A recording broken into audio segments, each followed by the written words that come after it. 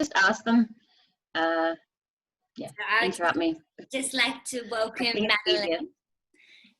Welcome Madelaine, who's going to share with us about her small business of starting Madelaine's Eggs, which are fantastic eggs that also are good for the environment because she does regenerative agricultural practices, and they have a farm that does some incredible work.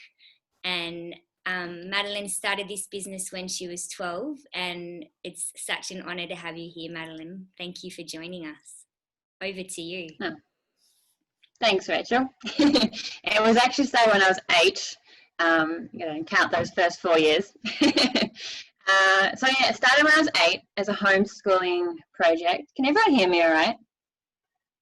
Yeah, good, okay. Yes, my parents wanted to teach me, obviously, my English and maths, and what they saw as the most important skill in life being communication, without having me sitting down in front of a desk all day.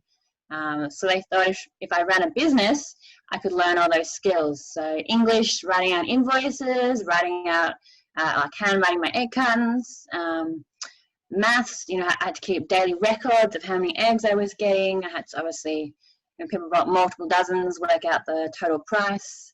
And then communication, so I would have to go to farmers markets and sell my product, talk about my eggs, talk about myself. And they thought, if I could make friends and communicate with people, I should be a pretty happy person, which has worked pretty well. So I started with 20 chickens, and it was my job to collect their eggs and package their eggs and sell them. And I did that for a period of years and slowly built up my flock by hatching chicks and raising them up. And when I was about 10, we turned the farm to certified organic. So we got certified with NASA, which means a variety of things. One, you've got to feed the chickens certified organic grain, which comes from another certified farm. NASA would come out to the farm and they check us, like our philosophies, check that we're actually organically minded people, and we're not just doing it for money.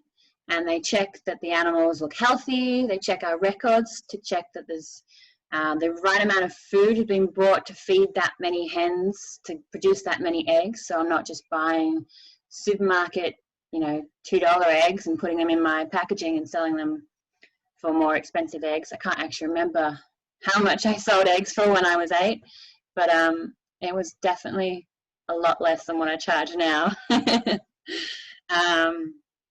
Which was really cool. So that was really interesting for me as a 10-year-old, learning all that, and then having this like authoritative person come out and like see my business, which was cool. And then when I was 11 and a half, I got contacted by a guy called Brian McKenzie. This is what made Madelaine's Eggs popular. So Brian McKenzie was a documentary maker from SBS, and he wanted to make a documentary called Love's Harvest, which would be a 4-part series. The 4-part series would cover 4 certified organic farms in Victoria, and it would cover their lives during a drought and the struggles of running an organic farm. So there was me with the egg side of things. There was some women at Holy Goat who did organic goat's cheese. There was a garlic couple, and then there was a raspberry farming family, and it covered all of our lives over a year and a half. So Brian would come and stay for weeks on end, and he would hook up cameras and put microphones in my clothes and literally film me and follow me around for a year and a half of my life to make this documentary. So the first few months he didn't really film much because he was just getting me comfortable with the camera. And yeah, it was a pretty amazing experience, but by the end I didn't even notice him on the camera and the things that we did, and yeah, it was great having him there.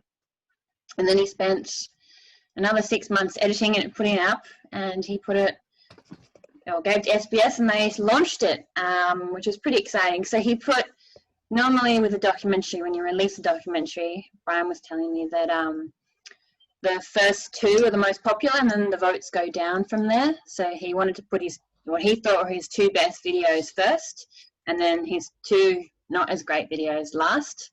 So I was actually going to be 3rd on the running. So the first one was Holy Goat, They did really well, like extreme.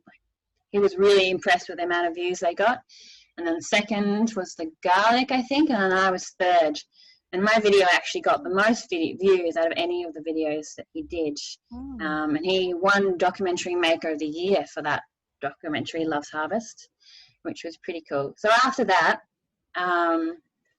it was amazing. Like, I could walk down the street and people would have recognized me from the documentary on SBS. And yeah, everyone knew my eggs and everyone locally wanted to buy them.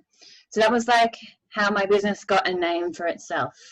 And yeah, without Brian, I probably might have given up. I don't know. I don't know what would have happened. But yeah, I had to get more chickens. So I was 12 and a half when that happened.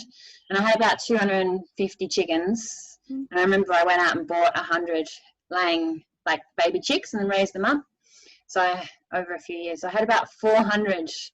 And that's when it was like also after that documentary, I decided I wanted to go to school for the first time. So I went to Canterbury, which is run by John Marsden up in the hills. And so I managed a business and going to school. So I used to get up around 6:30 a.m. I'd go out, feed chickens. We've got goats, so I would milk 6 goats. Then I would come in, have breakfast, and I'd walk 5K to the bus stop. I'd go to school, and then I would walk 5K home. Then I would collect all the eggs, I would pack the eggs, I would milk the goats again. And then during winter, I would get home and it would be dark within an hour. So I'd be milking goats in the dark, come in, have dinner, go to bed, and get up and do it all again. So that was really intense, but also extremely rewarding time was my schooling / business running years. And yeah, weekends I would go to farmers markets and then socialise as well. So I ended up actually quitting school a bit early. I left in year 11 because it was too much of a juggle running a business and going to school. By then I'd going to school in the city, so I was actually spending 4 hours a day on public transport. And that was, yeah, killing me. And as soon as I got my driver's license, things changed a bit more again too. Because before then, I had to use my parents to deliver eggs to the cafes and restaurants. So as soon as I got my driver's license, I was able to expand again by actually delivering more boxes of eggs to Melbourne myself. And so then I went from probably about 400 chickens over a year or two to 900 hens. This is about 18 years of age. And by this time, I was now... most of my time was spent cleaning and packing eggs.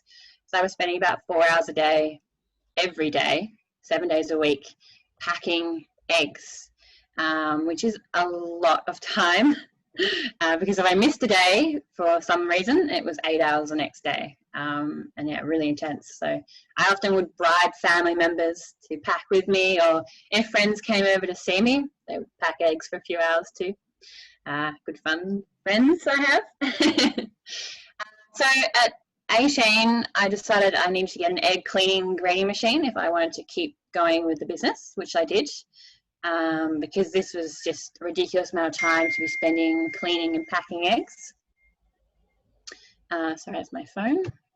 Ordering eggs.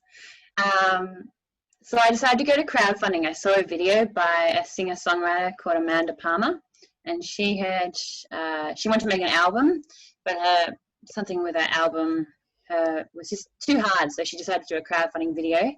She wanted 100,000, I'm pretty sure, but she got 1.1 million in the 60 days. So there's all different types of crowdfunding platforms out there and different ways to do things. But she did the one that I did too, which was if you don't get the amount of money you want, you don't get any of it. So it was 100,000 or nothing. But she ended up getting the 1.1 million. And I was so inspired by that. I was like, that she has a dream and she just told the world that she wanted this. And the world was like, yeah, you go, girl, you get it. And she did it. So I was like, I can do that. I reckon I could do that. But I had no idea where to start. So I told a few people and they mentioned it to a few other people. And then yeah, one day I was at a farmer's market and a guy came up and his name was Chris. And he's like, hey, I'm Chris. I hear you want to do a crowdfunding project. I'd love to be involved. And I was like, cool, no way. Like, that would be great. He's like, well, my cousin, he knows how to make videos. So let's come up next week and make a video. And yeah, they rocked up a week later and we made a really cool video. He helped me plan a campaign, and then he's such a great communicator, Chris. Like, you know, he didn't know anything about me. I didn't know anything about him. And he was just like, came and helped me so much. But yeah, he got me in contact with a whole lot of other farmers who'd done successful crowdfunding videos. And we went and talked, like he drove me out and we talked to them and we wrote down ideas and planned it. So that when I launched it, it wasn't like, we had some sort of plan to follow, which I thought we're so organized, but we launched it and, you know, it was like day one, I got $25 donated. Day two, I was like, got $0 donated. And I was like, oh, I put my goal too high because I decided that I needed 100,000 also. I needed 40,000 to build a shed, cool room, and the water tank to house the egg cleaner machine. So I needed the water tank to run fresh water through to wash the eggs. I needed a cool room to store the eggs in, and I needed the shed to hold everything in it. And then the machine was 60,000. I'd also looked at getting a loan from a bank, but because I was 18 years old and my business was considered small and I had no employees, a bank wouldn't give an 18-year-old a loan for 100,000. So crowdfunding was my only option. So I chose to do the video, and yeah, my goal was 60,000. And yeah, day two, I was like a bit scared because I only had $25 donated. I was trying to raise $1,000 a day, so I was like technically almost $2,000 behind schedule. So I caught up with Chris, and I was like, "What do I do?" And he was like, "Well, let's contact radio stations and newspapers." So I went home, and my mum and I spent like 8 hours writing out press releases, and we wrote press releases to every newspaper in Australia and every radio station, and yeah, we just told our story and posted on Facebook and did all this stuff. And within another 3 days, the Weekly Times, which is a pretty massive country newspaper, did an article on me, and they put me on the front page, which was incredible. I've got a photo somewhere, I'll show you later. And so that was a kickstart. From there, each week I was on the radio a couple times, small and big radio stations, like biggest was ABC radios, but there was little private ones. Didn't matter. I said yes to everything. I even said yes to doing talks at permaculture courses. So I drove all across Victoria while running a business to give talks, tell my story, and ask for money, which is such a hard thing to do. Like, I've had experience selling eggs and, selling expensive eggs because they're certified organic. But selling eggs is nothing to asking for money with not much in return. So on the crowdfunding website, I gave rewards for money, but they weren't dollar-to-dollar value, which was really hard to get my head around. So, for example, if you donated $25, you could just donate it purely out of love, or you could get a reward in return, which would be, for my case, was just 1 dozen eggs. And back then, I think that might have just been like $8 worth of eggs. So you're getting $8 back worth of eggs, but you're donating whatever the rest was, $17 purely. And the reason I didn't start my donations at like $1 or $10 or $8 was because there was a bit of a math equation to go with crowdfunding, which is for every 100 people which would watch your video, only 5% or 5 of them would donate to your crowdfunding campaign, right?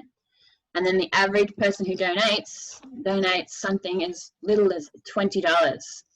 So I ended up working out if I had 500 people donate, I would really need them to all donate over $100. So I was kind of like, let's start my, donations quite high and hope that people will donate bigger amounts, so I don't have to see as many people. It's not as many. I don't have to reach out to as many people. So those 100 people who would actually watch your video, it would take something like 5,000 people to hear about it to then actually watch it. So it just gets like bigger and bigger. I can't quite remember, but I needed something like 2.5 million people to hear about me to then watch my video to then get around 500 people to donate $150. That was like, and even that was a lot of money when the average person only donates $20. So my first reward started at $25, and that was just a dozen eggs. And how that would work is I would send them a voucher in the mail, and then they could take that voucher to any of the shops that stocked my eggs around Melbourne and get a dozen eggs, and then I would reimburse the shop. That was how I worked out the easiest way. And then I think I had a donation, which was eggs and a calendar. It was just a basic calendar with photos of the farm, and I would send that. That was like a Melbourne-based one. And then I had, I think it was $45. It was just a calendar, and that was a worldwide one, so I'd send calendars to anywhere in the world. And then there was, $100 donation, which I decided to do a workshop to get people involved. And I decided to run a butchery workshop because a lot of people don't know how to kill or cut up a chicken. So I thought I could teach people how to do that, as I was quite good at it. But I was also nervous about doing that one because I didn't want to get onto the vegan hating crew. I didn't want to be seen as this chicken murderer. I just wanted to be seen as, what I was, someone who cares about animals and cares about the environment, but is also, realistic. I eat food and I eat meat. So this is how I produce my meat, and this is how I'll kill my meat myself. But I decided it was better to have it there than, and I could deal with the hate mail later if I got any. But it actually went really well. I ended up having something amazing, like almost 100 people donating to that. So that ended up being about $10,000 worth of donations through that workshop. And then my next reward, I think, was a $250 award, which was a private tour and a farm stay. I didn't actually have many people donate that, maybe only 5. And then I had a few ones that really didn't do well. So if you're thinking about running a crowdfunding project, really think about your awards, because they take up space on your page, and if no one's buying them or no one's ticking them, it's a waste of space. I think my waste of spaces ones were, I did like a bar sauna thing at the farm, because we have like big bars which we put fires under. So I thought someone might like that. And the other one which didn't do well was getting married at the farm. I offered people to get married here. Not many people get married, obviously. The other one, which was really essential, which was actually a dollar for dollar value one, because I had to try and get those numbers up. I needed $60,000 to buy this machine. So I put this one, which was quite expensive. It was a huge donation. It was $1,500, $1,500, which got you 10 boxes of produce. So it would get 3 kilos of meat, 2 dozen eggs, a jar of jam or chutney, and then $40 worth of veggies, I think, which we would grow at the farm. And then we'd deliver this out on the first Saturday or Sunday of the month for 10 months in a row. So it was a dollar for dollar value box, but it was just something that I could do. I put it off so you wouldn't get it for 2 years till after, like 2 years after the crowdfunding campaign had happened. But this was really also extremely important, because I ended up having 18 people or 15 people get this. So it was quite a huge percentage of my crowdfunding campaign was through this box system. And yeah, I didn't have to do anything about it for 2 years, which was really important for me. And then the rest of it was, mainly pure donations, which is incredible. There was about 250 people who got the $25, so the 1 dozen eggs. and then with a few calendars. I think I had about 50 calendars made, which was pretty amazing. And then I had an anonymous donator, which I still to this day don't know who it is.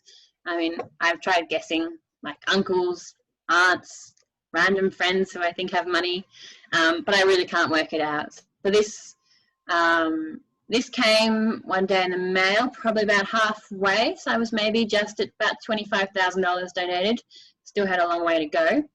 And I opened up a letter, and it had a little card of a chicken, like a Easter card. I did it just before Easter, and it said "Happy Easter" or "Good luck," and it had a $3,000 check in it. Just pure $3,000, and it was a bank check, so it didn't have, you know, whose name it was on it. It blew my mind. I couldn't read the numbers because I was 18. I'd never really seen that much money in my life. It was amazing. So I deposited that in, and that brought me up to about halfway.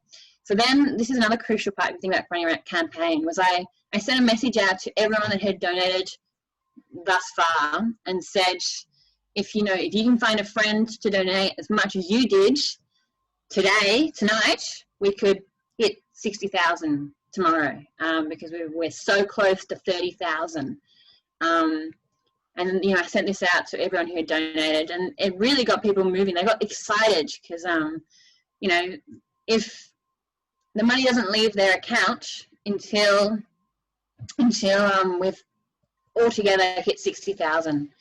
And so yes, this message went out, and I think I got, that was the next day after that message, 15 or 20,000 went in, which was such a huge jump. And then about a week before the 60 days were up, I hit 60,000, which was just incredible. It just climbed. Once you got over halfway, it just went up.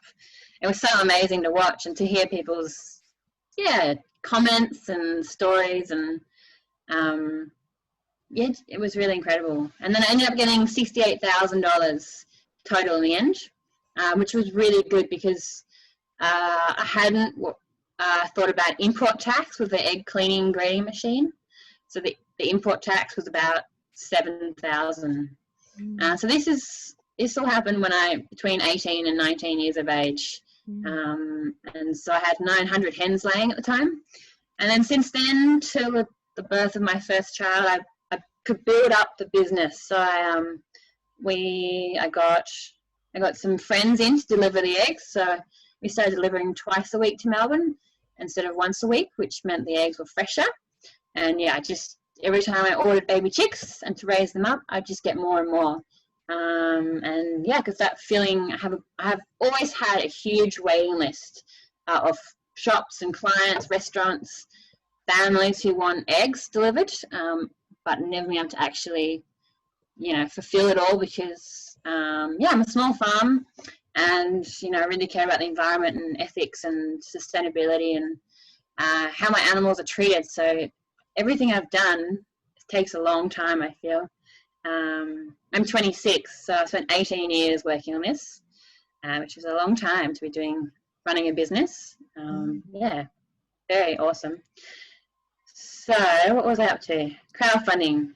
So I got the machine. It arrived about 6 months later after the crowdfunding, and that was like a lifesaver. So I was still doing the 4 hours a day of cleaning and packing eggs, and that went down to, I think it was 10 minutes maybe each day. Oh. It was incredible. I had so much more time. Sorry, it's another order. So much time to do other things. So I really worked on a few different things I had never done. So I built a website. I updated my egg cartons, as in the photos and pictures on them. Did some more words, made brochures, did posters. Took some time to actually post on my Facebook page and thank people. It also meant I could then start on these giving out these rewards. So I had time to actually send out handwritten letters to everyone who donated for a dozen eggs, and then made the calendars with photos. And that took quite a lot of time. And if you're thinking about doing a crowdfunding project, definitely think about the time. It's probably you're probably going to pay yourself $20 an hour, and it's going to take you that many hours to raise a certain amount of money. But it's definitely worth it for one. Like, I had someone contact me afterwards and ask who did all my press releases and who did all my, you know, advertising and photos, and I was like, oh, just me and my mum, you know, just us. And she was like, I did an estimate because I was doing a project for someone, and she reckons I'd had about $2.5 million worth of free advertising, which is incredible. $2.5 million worth of free advertising for someone who was 19 years old and running an egg business was great. So free advertising is really good through the crowdfunding project.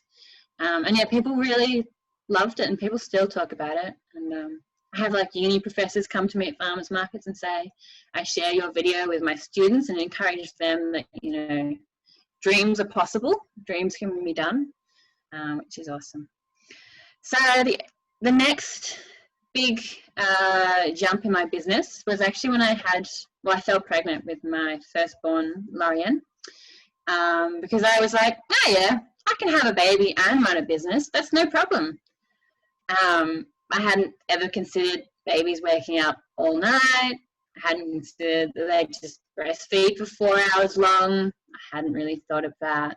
I just thought, yeah, you just tag them along. They're like a really pretty handbag. You just take them with you, right? So yeah, I got pregnant and I had a huge belly, and then I couldn't pick up boxes. I was really struggling to collect eggs because I couldn't quite reach things. And so I was like, oh, this is a bit harder than I thought.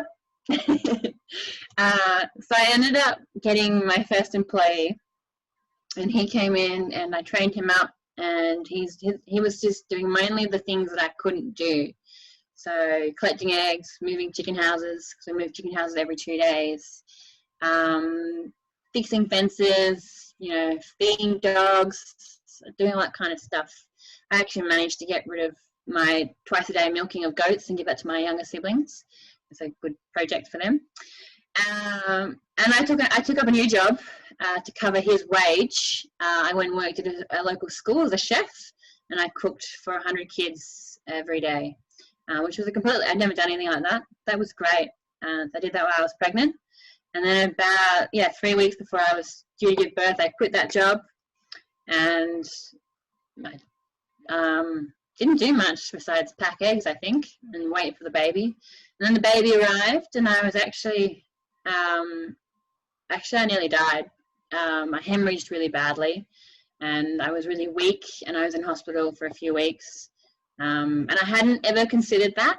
And so for the first time ever, I was running a business from directing it on the phone in a hospital, and I had my family members doing everything for me. Plus, you know, they all have their own jobs and their own lives, and they're at uni and school and all that kind of stuff. But I was, stuck in hospital with a baby. And so I kind of realized that maybe I hadn't really thought this through enough, and that, it wasn't going to be as easy as I thought, and that I, maybe needed to grow so I could afford someone a full-time wage. So I went home, and my partner and I, we just, it was crazy for that first year or so. You know, we'd often be packing eggs at 2, 3 a.m.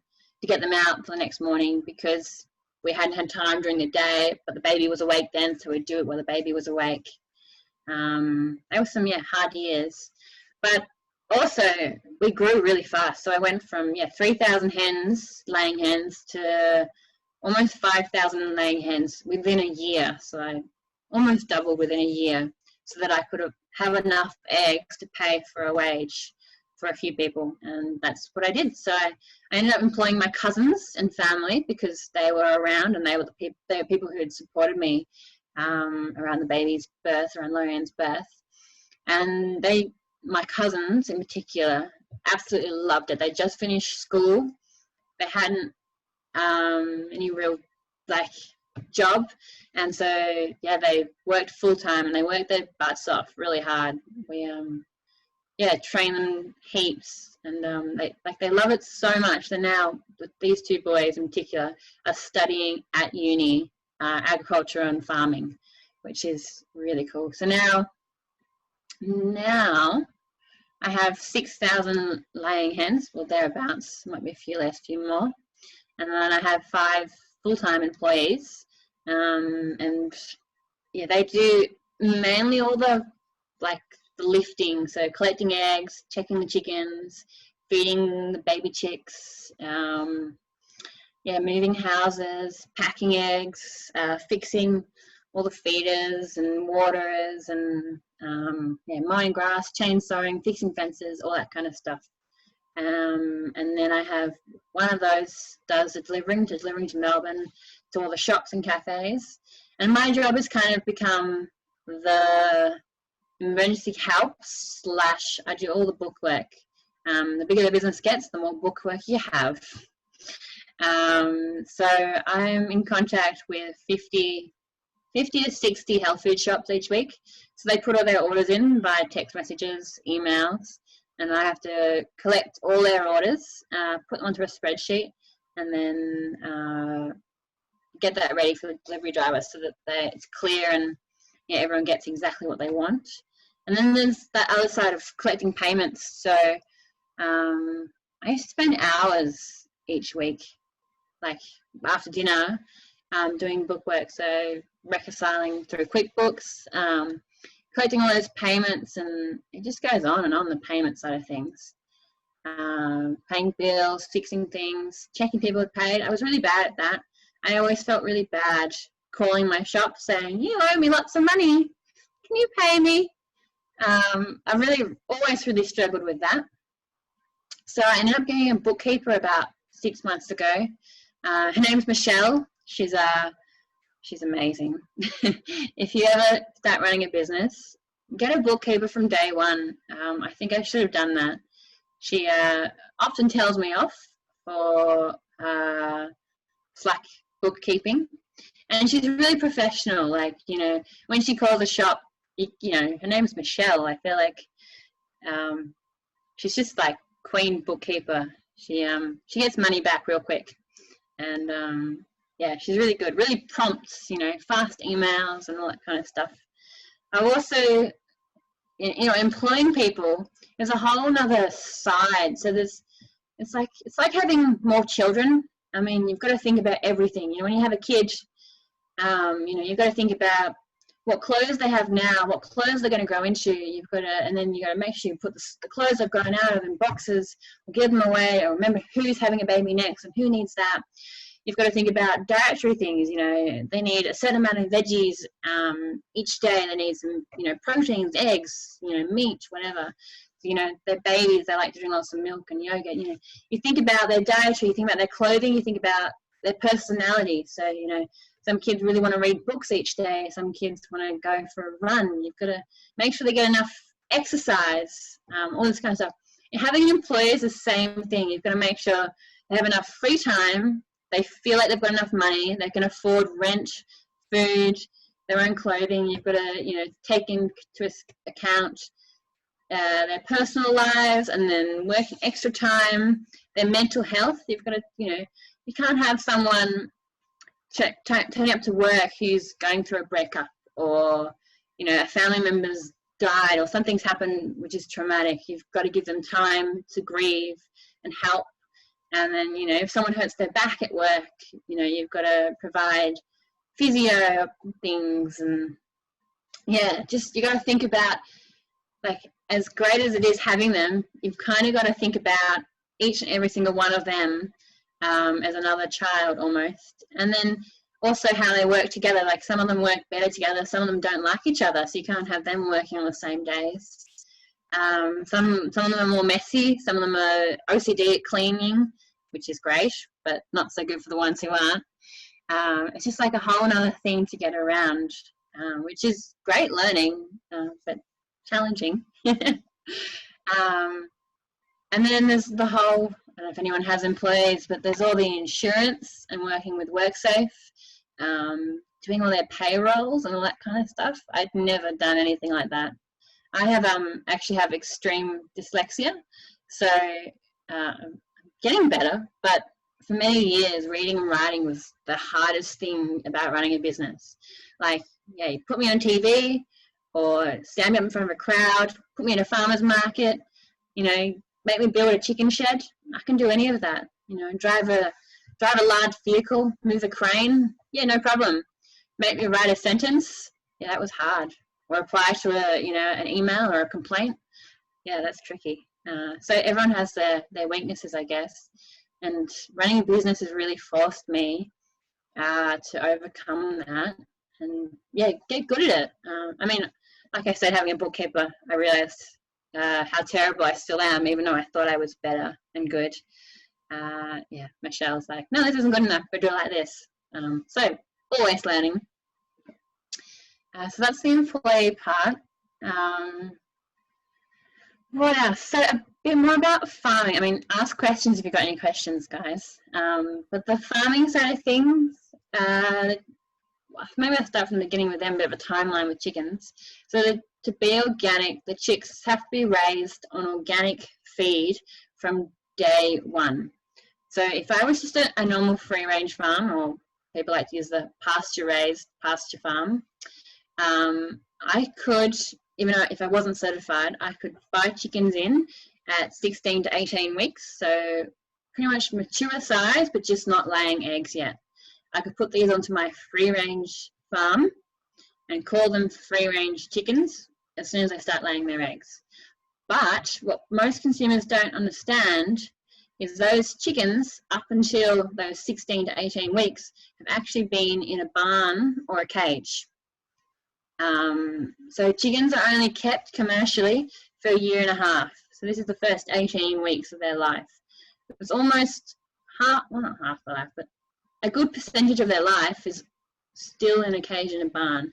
So, you know, even if you're buying free-range eggs and you think you're doing the right thing, you're still supporting a caged barn system because these farmers are still buying in their chickens.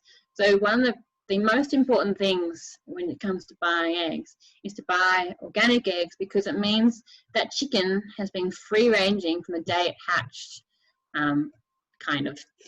So my chicks arrive at 12 to 24 hours old, and they go into a big wooden shed that my parents built for ostriches. My parents bought this farm back in the ostrich boom. I can go into that later. It's actually quite a good story. And so I feed them organic food, and they have like little baby waters, and they're in there for about 2 weeks with a big heater to keep them warm, because they've got to be kept at 37.5 Celsius for the first 24 hours, and then it drops down a Celsius per day for a few weeks, and then it sticks at 29.5 for 6 weeks. It's quite a complicated time thing. So they're in there, in their warm house with their food and water for 2 weeks, and then I actually let them out at 2 weeks old onto a green manure crop, which I've grown out the back of the run. And so from 2 weeks old, they have sunlight and fresh feed. At 8 to 10 weeks, I move them into the house that they will stay for the rest of their life, which is portable. So we put them in, and then we take them straight out to the pasture, the paddock, and they go into the rotational system. So they move every 2 days for about 8 to 10 weeks onto fresh grass. So my houses are a bit like probably all the chicken houses you can think of when you think of free-range farming. They're about 6 meters long by 2.5 meters wide. They've got a mesh floor and then wooden perches. So the mesh floor is key for when they're all asleep at night in their house, because they want to be asleep somewhere safe. All the poo falls through the mesh straight into the ground, which is doing the most amazing fertilizer you can ever get. Chicken poo is incredible. So each night, these chickens drop an incredible amount of perfectly spread manure onto the pasture, and then 2 days later, we move their house forward onto fresh grass. So almost like getting a clean house every 2 days. And then that poo just gets, absorbed by the grass and eaten by the worms and bugs. And so the paddocks on the farm, which I've been running chickens through, are the best paddocks on the farm. Like, even if you go into Google Images and you look at our farm is always greener for much longer than all our neighbours' farms, and we have heaps more grass cover than all the other farms, yet we probably run slightly more stock than all the other farms around us. So our whole farm, you can see it from a mile away, even if you fly over an aeroplane, which we can't do anymore. Yeah, you can see our farm's green. But then if you look at the chicken paddocks, this is like, it's just next level. It's like, you know, we've spent, you know, a couple $100,000 on fertilizers and just poured it over the paddock. Like, the grass is incredible. It's got to the point where this grass growth is actually too good, so we've had to keep cows in there permanently to mow it down. So technically we do like an Allen Savory or a rotational system with the cattle and sheep, which the chicken's working with too. So how grass grows, sorry if you know all this, but anyway, maybe you don't, it's probably interesting. I don't know if you've ever noticed, but like when you mow your lawn, like 2 days later you're like, wow, it's like completely regrown. You get all these like big new shoots, and it's because in the roots of the grass, that's where the grass stores all its minerals, right? And when it gets cut, it goes, okay, we have to send up a new shoot to get new grass. So it sends up this big, strong new shoot. It's incredible. It's like, so, yeah, all its nutrients from its roots went to that big shoot, right? But if you leave a cattle or sheep in that paddock again, the cattle go, wow, look at this, yum, a perfect new green shoot. It's the sweetest, it's the easiest, it's like chocolate lollies or whatever in the paddock. Like, it's the cow and sheep's favourite bit of grass to eat. So they come along and they eat it again. And that grass goes, oh, crap, like that was all our stored energy gone. So for it to set up another shoot, which it has to do to get more sunlight to grow more, right? It actually has to let some of its roots die to set up another shoot. And the next shoot's going to be half the size, right? And if that happens again, the grass is like, oh, wow, this is really tough. I've had half my roots die, and I still haven't got a shoot up there getting sunlight. I have to do another one. So that's more roots die. And if this happens for a period of time, the grass gives up, right? It dies, it dries, and it gets blown away in that windstorm, which happens during summer. And that's how you get deserts, first thing. So if you have cattle and sheep, which we have a lot of land's been cleared in Australia, so, you know, this is one of the ways of regenerative farming is to get good grass cover or ground cover, which stops it from drying out. So cows come in, they trim the grass sends up a new shoot, cows bugger off. This new shoot gets sunlight, it just gets everything the grass needs to set more, and it grows back 4 times as quick as it just incredible grass growth. So we've been doing this for 10 or so years on our property, maybe more, 16 years. So our grass grows really well, but now we've got the chickens running through it, and the chickens are fertilizing it really well. It's actually getting too intense. So the grass is growing so well in the chicken paddocks that the chickens can't keep up, and they keep getting buried by grass, and they can't walk because there's so much bloody grass. So we've had to put cows in there full time to keep eating the grass to actually try and slow the grass growth so the chickens can walk, which just seems so ridiculous considering, you know, we've spent our whole life doing these rotational systems to encourage good quality grass growth. So it's pretty funny. So the chickens get moved and rotated through here in these insulated chicken houses, which I built with my dad. So my dad was an architect, and then he just a self-trained builder. So together we work really well. So I have all the ideas of how, you know, chickens like to nest, roost. They want to be warm in winter and cool in summer. So together we kind of built houses which worked really well for the farm. So small, compact, insulated, wooden chicken houses. So small meant that I could get them through all standard gates on the farm, and I could take them from the chicken paddock all the way back to the house where the baby chicks are getting raised. And that means I could put baby chicks in the house and then drive them all the way up there. which works really well.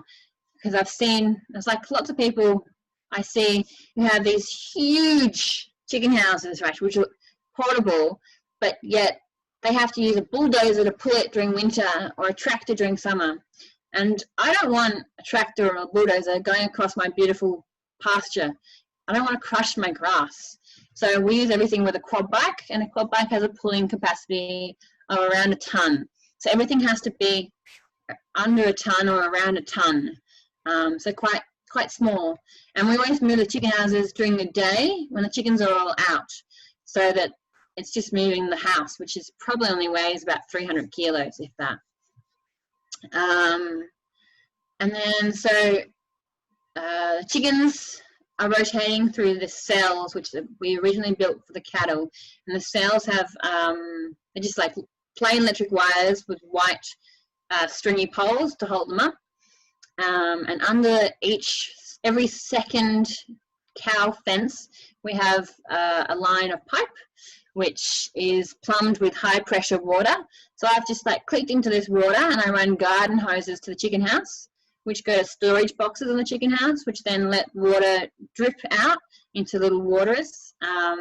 So if chickens have, access to lots of clean water and food, they will lay lots of eggs. And each egg is almost $1, and each dollar, pays for my life, and it pays for my employees' life. So as much as I am about, the environment and building carbon in our soil and all that kind of stuff, it also comes down to, the more eggs we can produce, the more we can, be a sustainable family and, feed ourselves too.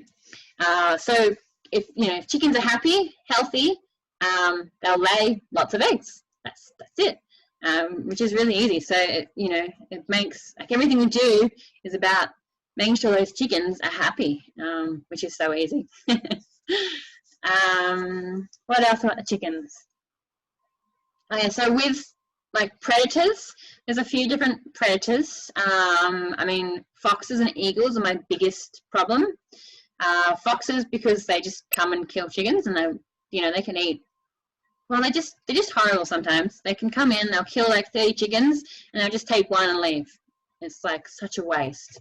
So I got Maremma dogs, which are those big white fluffy Italian wolves, well, sheepdogs, and they guard the chickens. So they're a bit of time to train them, but once they're trained, they're really good. So they run around the paddock where the chickens are, and they bark 24/7. If you want one of these dogs because they look cute, don't get one. They just bark so much, which is fantastic for running a farm, but they're just extremely noisy. And so they literally run in circles. It's a 30-acre paddock, which I'm using at the moment, and they run 30 acres all day, all night. And there's always one sleeping, but the other two are running and barking. It's intense. And so they keep the foxes away. But I had a problem before even when I had them. It's because our whole farm was built for cattle and sheep, which my mum runs. That's her whole business on the farm. She could do a talk. She's great. So the chickens could fly over or go under these cattle and sheep fences, and then they would, go and dig and scratch where the trees are in the windbreaks. We've got lots of windbreaks on the farm, which is really important for slowing down wind when you have animals. But the chickens would go in there because it's quite a nice area to forage, and along would come a fox, and the fox would just take the chicken, because the dogs can't work out how to jump or go under the cattle fences, which is fair enough. They're a pretty strong fence, right? You get it. So I was losing a few chickens here and there to foxes due to the dogs not being able to save them, because the foxes were too cunning and could wait for the chickens to go through the fence. So I had to build actually a 6-foot fence and dig it into the ground, not to I call it a fox-proof fence, but not to stop foxes, to stop the chickens from going into the fox area. So I've got this chicken-proof fence around the pen now, which means the chickens are safe. So the dogs can then, run around and bark and keep the chickens safe, and the chickens can't get eaten, which has kind of stopped that problem. Every now and again, a fox gets in, and it will kill a few chickens, like a couple times, but then the dogs will kill the fox. That's a bit of a I don't know really how to fix that problem. I probably only really lose 5 chickens a year to foxes, but that's still 5 chickens I don't want to lose. But yeah, the dogs do kill the fox. So the only other problem I have with predators for the chickens is eagles. This is another one I really don't know how to, if you got any suggestions, let me know. So what happens, we've got big mountains behind the farm, Masson Ranges, and the eagles live up there, and then they fly down and they go, oh wow, what a beautiful organic chicken farm. I'll have an organic chicken for lunch. And they just like fall out of the sky, like just drop, and they just pick up a chicken and go. But because they're so high up when they see the chickens, the dogs can't see them. And then they just drop, pick up a chicken and go. And these birds are huge. Like some of them have like 6-foot wingspans.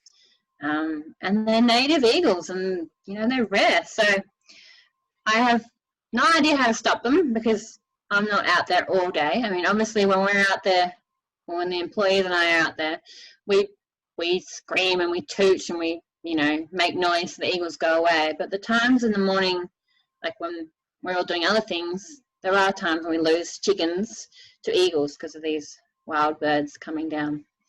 So I just feed the wild prey of Victoria. I don't know how to stop that one. And it's not too many. It's probably only like 2 a month. But it's also 2 a month I would rather not lose. Oh well. So that's the predators. Feed. So all organic feed. I used to make my own organic mix of chicken feed. So I'd collect all my own minerals, and I'd buy a variety of seeds, and I'd mix it together and feed it to the chickens. But it was always hard to mix it 100% because I didn't have the right equipment, and it was hard. And the other thing that was hard about it was I would do it all by buckets, so I was always using 20 kilo buckets. So at like one stage I was lifting, I don't know, like 500 kilos worth of 20 kilo buckets of grain by hand from this mixing shed into the trailer, and then driving out to the chicken paddock and then pouring out by hand. So like I've got a really strong back, but my muscles and my back were like really strong, but also feeling the use of being used that much every day of pouring out 500 kilos of grain. So I ended up building these big 1-ton feeders, which I could pour a bulker bag in. So these are big bags that hold 1 ton of chicken feed, and I could pour it in, and then there was 12 meters of access for the chickens to stand on a little perch in each. And this feeder was also on wheels, so I could then tow it out on the quad bike and then tow it in when it was empty. And this saved me a lot of time because I only really have to fill up the feeders. I've got a lot of feeders, 1 per shed, probably every 2 weeks. So I've got to fill up 30 feeders each once every 2 weeks, which probably works out to being, I fill up 1 a day, but it's nothing compared to carrying out 500 kilos of grain, if not more now, by hand. Yeah, that's that bit. So yeah, all these little things you learn from running a business as they come up. Like, as a challenge comes up, you just fight it with your best effort. And yeah, it always changes. Any questions? Yes, I have a lot of questions. Cool. I've got more topics to talk about, but yes, ask a question. Yeah. So the eggs are perishable, and what do you do with excess eggs? And I know that some of your eggs are oversized, big, and do you make them into something to sell? And also, I know that Chinese people preserve eggs, like salted eggs, and so do you do something like that? That's my first. Yeah, cool. Yeah. That's a great question, actually. So that's one of the hardest. One of the things I find hardest now is trying to get production to fill orders all year round. So chickens don't like laying eggs when it's cold or when it's too hot, which means they save their energy to lay eggs when it's the perfect conditions, right? And that's the same for all chickens all across Australia. So there's times like now when everyone's house chickens are laying really well. So that means my chickens are laying really well, but it means people who would normally be buying my eggs because they're chickens at home, if they have chickens at home, aren't buying them because their chickens are laying well. And if their chickens are laying well and they've got too many eggs for themselves, they're going to be giving eggs to their friends and family, so which means their friends and family aren't going to be buying eggs either.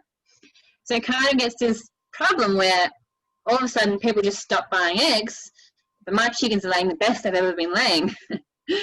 So, I mean, eggs have a best before of 5 weeks from the day they're laid. So I always try and, throughout the year, do things to try and trick the chickens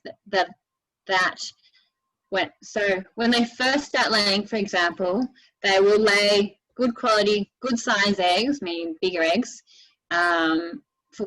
for a period of time very well, no matter the weather or the temperature.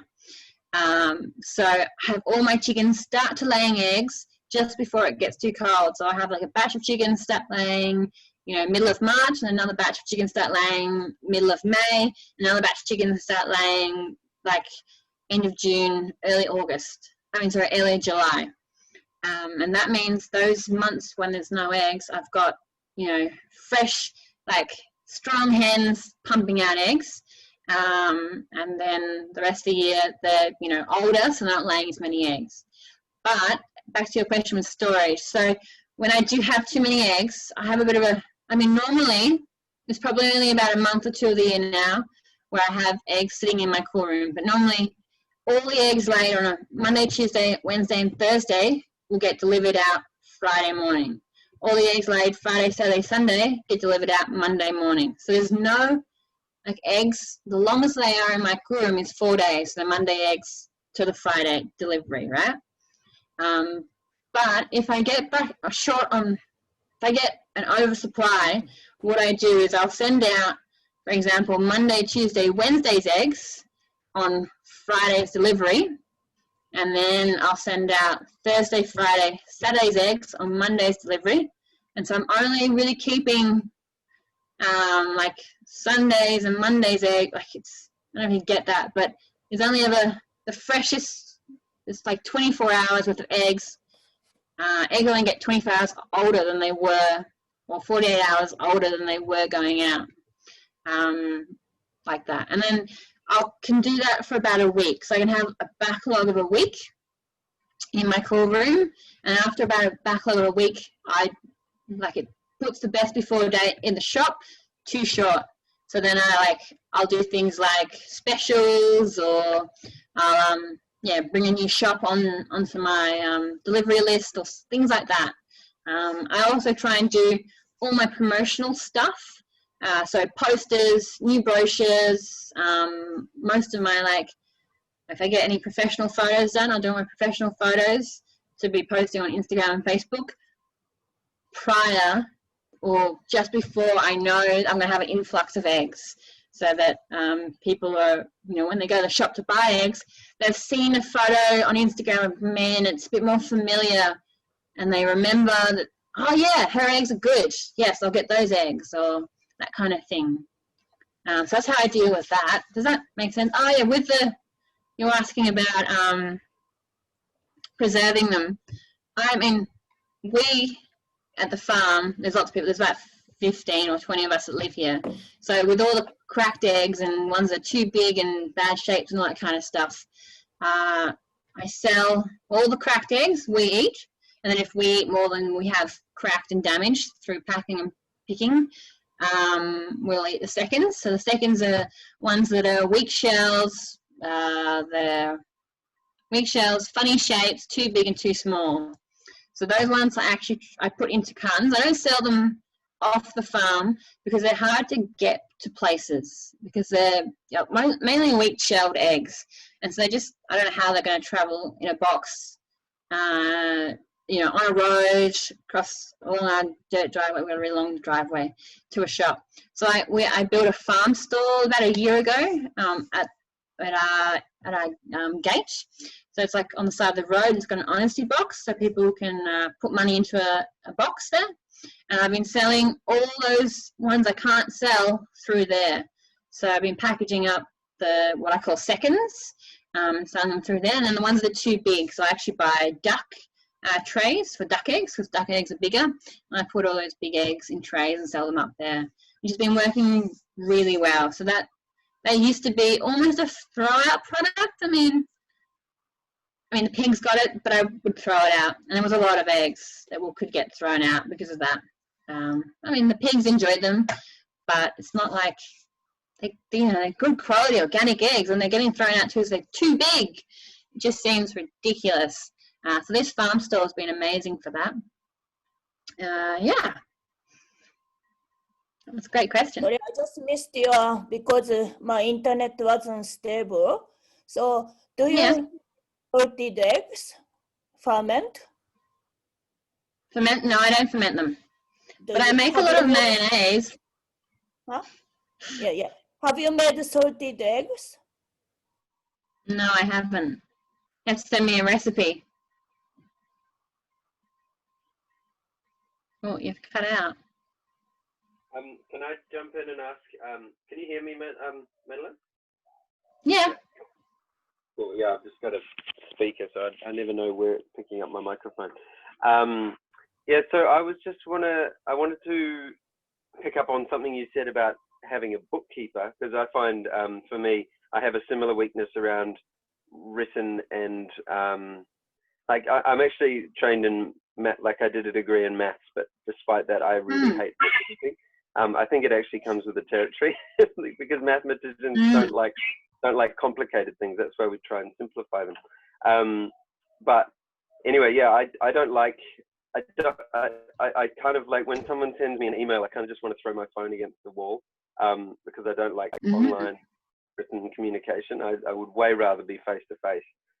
So the idea of having a bookkeeper really excites me, but I don't have any employees.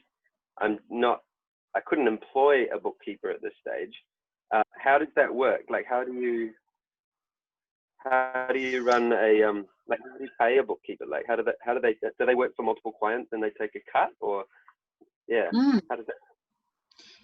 It's a little different from what I know. The woman that I guess employ, Michelle. So she did a thing with me where she charges like $60 an hour roughly, right? But she has packages. So she did a package where she would do a half a day's work for me per month and then charge me a fee for that. And so she did that for 6 months, and she actually worked out she was spending a whole day a week, whole day a month doing stuff for me. So she actually changed the package to it's one whole day a month she spends with me. But there's some that do it per hour, some do packages, and really what she does is she just comes in every Friday morning, because that's what she's worked out works well for me, and it does. My pay runs are always on Friday morning for some reason, so she just comes in Friday morning and just balances my accounts, so brings in all the transactions and matches them with all the invoices, and then does all that stuff, which is quite easy.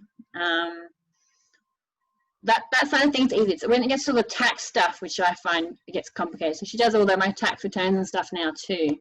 But I think they charge, you can, I don't know how much stuff you have, but it's probably $60 an hour. So you could work out how many hours it takes you to do all that crap, all that book work, and she'll probably be double as fast as you are. So it was taking me, what was I working at? I think it was taking me 8 hours a week to do my book work, whereas it takes her 8 hours a month to do my book work. So big difference of how efficient she is. And she does this for, I think she's got maybe 30 or so clients like me. And yeah, she just does them on certain days, and she's just amazing. Yeah, but I know that thing of you look at your phone and you see a bill come in and then you see like 10 questions and you're like, go away. But like, that's your business. Like, that's where your revenue comes from. Like, you've got to pay that bill now. Otherwise, you can't order your egg cartons again. And you've got to answer those questions because those people are waiting. And even though they've sent an email, everyone kind of expects for an immediate reply, or at that within 24 hours. Like, if you reply to an email after 24 hours, like, it's kind of getting rude these days to leave something that long, which is ridiculous. And, you know, especially when you're juggling kids and a whole life and a pandemic and, like, yeah, throwing a few other challenges and the environment and voila. Yeah, I agree. I'll get an email sometimes and I'll be like right in the middle of doing something practical, hands-on, and so I'll be like, I'll respond to that later. And then, yeah, as you say, 24 hours has passed and I still haven't responded. And then I get this like feeling of guilt that I haven't responded, and then I do it. But yeah, you're right. It has become rude. And often it's not an intentional kind of slight to that person, but it's taken that way. Yeah. Yeah, definitely. Madelaine, it's Lana here. Oh, sorry. Yeah. Do you sell eggs in Thornbury? Yes, I do. Okay, let me just think off the top of my head. Thornbury, your closest would probably, must be tricky. Organic Whole Foods on Lygon Street, or Terra Madre. But to be honest, Terra Madre always sells out of my eggs pretty quickly. I haven't seen them on the shelf for months. Where else? Friends of the Earth on Lygon Street. The Little Vegetable, where are they? Oh, I can't quite think where they are. Series Organic Fair Food, the box system. You can order my eggs through the box system. It's another good way. But to be honest, my eggs, I can't quite keep up with supply at the moment due to COVID. So nearly all my shops have doubled, if not tripled, their orders. So I depends on where I deliver. I mean, to Northcote kind of area, I deliver on a Monday. So if you're in the shop Monday afternoon, you might get eggs, but they could be sold out by Tuesday. So where would you sell them in Northcote? Northcote, well, Terra Madre is the closest. Terra Madre, okay. Yeah, so I deliver to Terra Madre on a Friday. So if you're there Saturday morning, you might get some. Yeah. Any other questions? I've got a few other things I might talk about. Just a quick question, because I've noticed that different organic, small organic producers make different decisions about where they're going to sell, like Paul selling through markets predominantly, or like gung-ho growers selling through cafes, and whether you decide to go through cafes or direct, subscription, or like the Jonah Farms model. Like, what made you decide to go through cafes and things like that? Was that an easy decision, or was it just sort of an organic, mind the pun, decision? Yeah, it was a pretty organic decision. I guess my product, like my story has always sold my product. I guess me and starting at 8 and my crowdfunding has always been a big part of my story. And so that's really easy for me to sell on an egg carton in a shop. And I feel like health food shops, I see that in, their competitor shop, and they see it selling, and they, their customers give them reviews, and, the reviews, I haven't had a negative review for a long time, so I got lots of positive reviews. And I even have such valued customers who go into shops and tell health food shops that they'd be crazy not to stock Madelaine's eggs. And if they did stock my eggs, they would buy them each week. And if you get, people like this doing such, that's pretty persuasive if a customer walks into a shop.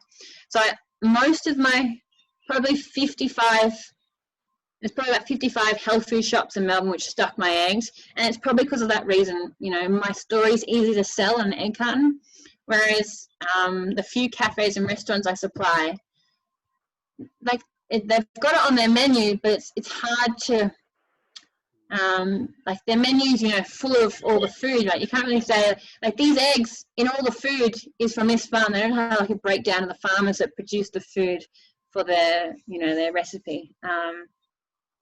So I feel like they struggle with that with the price too, because my eggs are quite expensive. So that they, you know, juggle, and I think, oh, we'll just get some, you know, we'll get free range eggs. We just won't get organic eggs, because it's that one little thing, you know, people still see free range on a menu and they go, oh, it's good enough. They're not looking for the word organic on an egg menu. Same with bacon. People say, oh, yeah, it's free range bacon and eggs, you know. People aren't looking for free range bacon or ethical produced bacon. They just want, they want bacon with their free range egg. It's a bit of a, you know, we're not, people, some people aren't quite thinking about that menu. So the series, Lemary Creek Table Cafe at Series, they've always bought my eggs, and they have quite a big breakfast menu. I don't know if you've been there for breakfast, but their breakfast menus are expensive, and that's because they're, you know, they're putting in that my egg, $1 an egg on their plate. So often they put 2 eggs, and it's $2 worth of eggs on a meal they're selling for $18 to $20. You know, quite a big part, I guess. But you know, they want an egg that looks good on their toast, because it's a sunny, bright egg, and you know, that's what an egg should look like. I have another question, Madelaine. Yeah. About the backyard chicks. You know, I live in a community, we have about 30 people, and we got big backyard. Yep.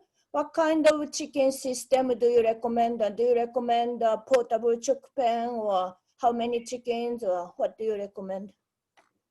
What do I recommend? Good question. Well, I always do a bit of a 2 chickens, well, a chicken and a half per person, actually. So if there's 30 of you, I'd probably recommend 45 chickens to feed you all eggs. Like, you know, I often offer a family of 4, get 6 chickens, right? Better to have more eggs than not enough eggs, because like you can always give them away or trade them, bargain them with someone. Yeah. With space and size, chickens are amazing. So chickens are actually rainforest animals, which means they're besides free ranging, they actually really just love digging, right? They love digging. So if you have a small enclosure, like even a bedroom sized area for them in your backyard, which is quite small if you imagine a small family sized bedroom, right? And if that area was just full of like, you know, a few shrubs, trees, mainly shaded, and lots and lots of compost, they would be very, very happy, 45 chickens, just digging in compost all day. Turning soil, that kind of thing, they love that. Hope that answers your question. So would you use a portable system? So you move the pens for 45 chickens? Yeah, so you can do it in a backyard, though. It's quite small to do a portable system, because, I mean, you're moving them around quite a small space, depending on how big your backyard is. So with personal chickens, I actually recommend doing what they call like a deep litter, which means having about 6 foot of soil, compost, wood chips, whatever, which the chickens can dig in and turn. So I would actually have the chickens like employed full time to turn soil and make compost for you. So I'd get everyone in the community, all the 30 people to put all their compost scraps into the chicken pen, and then I also get you to put wood chips or hay or straw or whatever, and get the chickens to turn this and make your compost for you. And then maybe however long it takes them to make it, 6 weeks, 8 weeks, clean it out, put new like wood chips, keep putting your compost in, mix it, and let them to keep turning it. That's what I'd get them to do. They like to have a job to do, like my chickens, because they're in the pasture, they're really, like, they wander up to a couple of K from the house. And yeah, they're like foraging, like they're wandering foraging, they're not digging as much. I mean, I would like to get them to dig more, but yeah, in a backyard sense, you really want them to dig, to turn soil. That makes sense? Yeah, cool. I've got a couple of questions. Yeah, go for it. So one, what type of chickens do you have and why? And yep. After their 1.5 years of commercial productivity, what do you do with them and why? Great questions. Yeah. So first of all, I have some breeds called Bond Brown, Bond White, and Bond Black. They're all obviously from the same company, the Bond Enterprise Company. They're a hatchery in Queensland. And I've picked them because Trevor, the guy who owns it now, he's been breeding chickens with his family for about 100 years in Australia. So they're quite experienced in chickens. And they do well, nothing's really ethical about hatcheries, in the fact that for every hen that hatches is the equivalent rooster that hatches. So for me, I get 1,500 female chicks at a time. There'll be 1,500 male chicks, which there's nothing to really do with them. So he sends about 75% off to the local zoo where they're freeze snapped, which means frozen as chicks. And then they're fed to the birds of prey, things like crocodiles, lizards, snakes, that kind of thing. So they kind of feed those wild animals at the zoos. And then there's about 10% which go off and get raised up, as in grown out to young roosters, and then they're killed and slaughtered somewhere in Sydney for Asian population to eat, because they're quite a delicacy, having a skinny rooster as a chicken as food or stock. And then there's probably that 10 to 15%, maybe a bit more, maybe 20%, which are what he calls a waste product, which is disgusting, but it's like, it's a thing because he hasn't got a market for it yet, where they get killed on the day they hatch. So I think they get gassed, which is horrible. So that's where I get my chickens, and that's the breeds that I have. What I recommend is anything. Well, it depends on what you want chickens for. Like if you want chickens as pets, get some of those silkies or Aracanas, which lay blue eggs, because they're cute. They lay interesting egg shapes and colours. But if you're wanting chickens mainly for producing eggs, get a more commercial breed. So like a Highlander, a Rhode Island Red, an Australorp, those kinds of, a New Hampshire, those kind of like common but yet old heritage breeds which are quite good at laying eggs. And that will give you quite a good constant eggs production. And those older breeds, which are common, have, they'll lay eggs quite well for more like 3 years instead of the commercial 1.5 years, like your Isa Browns or your, another one, those Isa Browns, really lay eggs for 1.5 years and then just die naturally. Like I got some once and it got to about 1.5 years and they just all started dying in the paddock. Not because of me and my bad farming, just because they'd like literally killed themselves by stripping their body's goodness to lay eggs for 1.5 years, which is just terrible. So the reason I've also picked these Bond Brown, Bond White, and Bond Black chickens is they lay eggs for quite a long time. So meaning more like 2.5 years compared to 1.5 years. And then they're a bigger chicken. They've got a stronger body weight. They're more tough, and they can deal with that, being outside not 24/7, but daylight hours 365 days of the year, which is good. And I was keeping them for 2.5 years, but I've brought that back down to 2 years. Just trying something out, because those last 6 months they really kind of are eating more food than they're laying. So they've just been not a waste of space, but kind of, because I could have new hens in there laying eggs. So I brought that back down to 2 years. I'm trying it out. It feels weird. It feels wrong selling them off at 2 years. And I sell them off to a bunch of people, mainly a guy called Jake, who will buy them in groups of 200 or 300, and then he will rehome them for me. So he'll do all the hard stuff like going to shows, and then all like having people. I used to have people that come over and pick them up. But someone would come over and they'd want 4 chickens, for example. 4 is a pretty common number to get.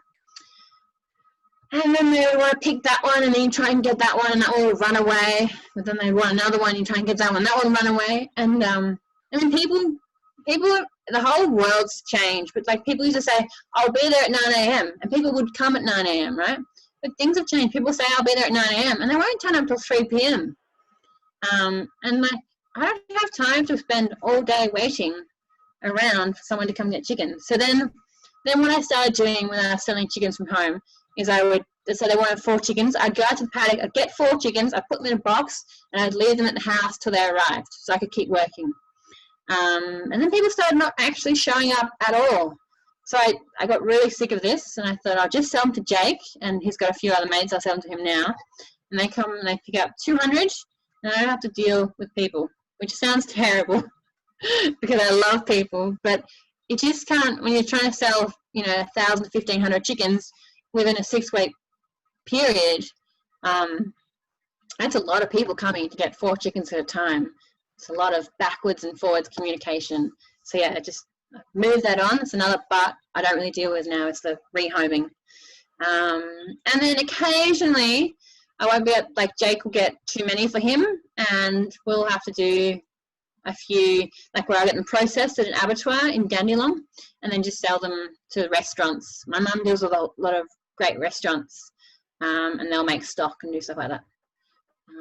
Yeah, but it hasn't happened for a few years, so I'm hoping that we can rehome them all. Yeah.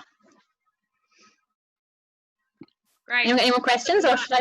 Yeah, I just want one more. Yeah. Madelaine, we've got a couple of Isla Browns that we really love, and so I've been thinking we've had them for a year now, and so it looks like we've only got possibly another 6 months. And I'm just wondering, do you know, or an idea where I could find out, is there some sort of superfood that you can give them to help them live on? See if they've taken all that energy out laying eggs, could they be having something that could sort of energize them to keep going a bit longer? Have you heard of anything? Or? Well, there's a bit of a difference between commercial laying chickens and people's backyard chickens. So commercial laying chickens, there's a higher stress level because there's more of them. Okay. Whereas backyard chickens, there's less stress. So I haven't heard of people's backyard chickens dying the way they do commercially. Oh, okay. Like they did with me, because it's just a whole nother thing.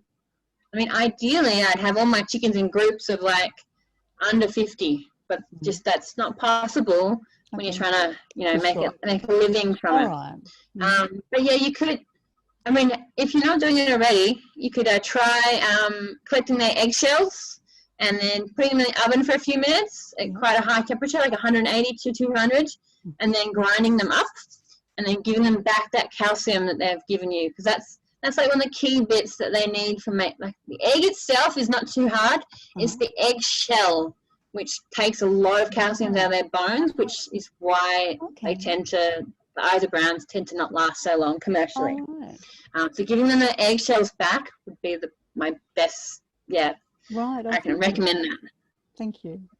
Yeah. Can I ask a question on that? Why do you have to bake them? Can you not just crush them and send them out into the compost, or is that going to encourage cannibalism of the other eggs, or what's the reasoning?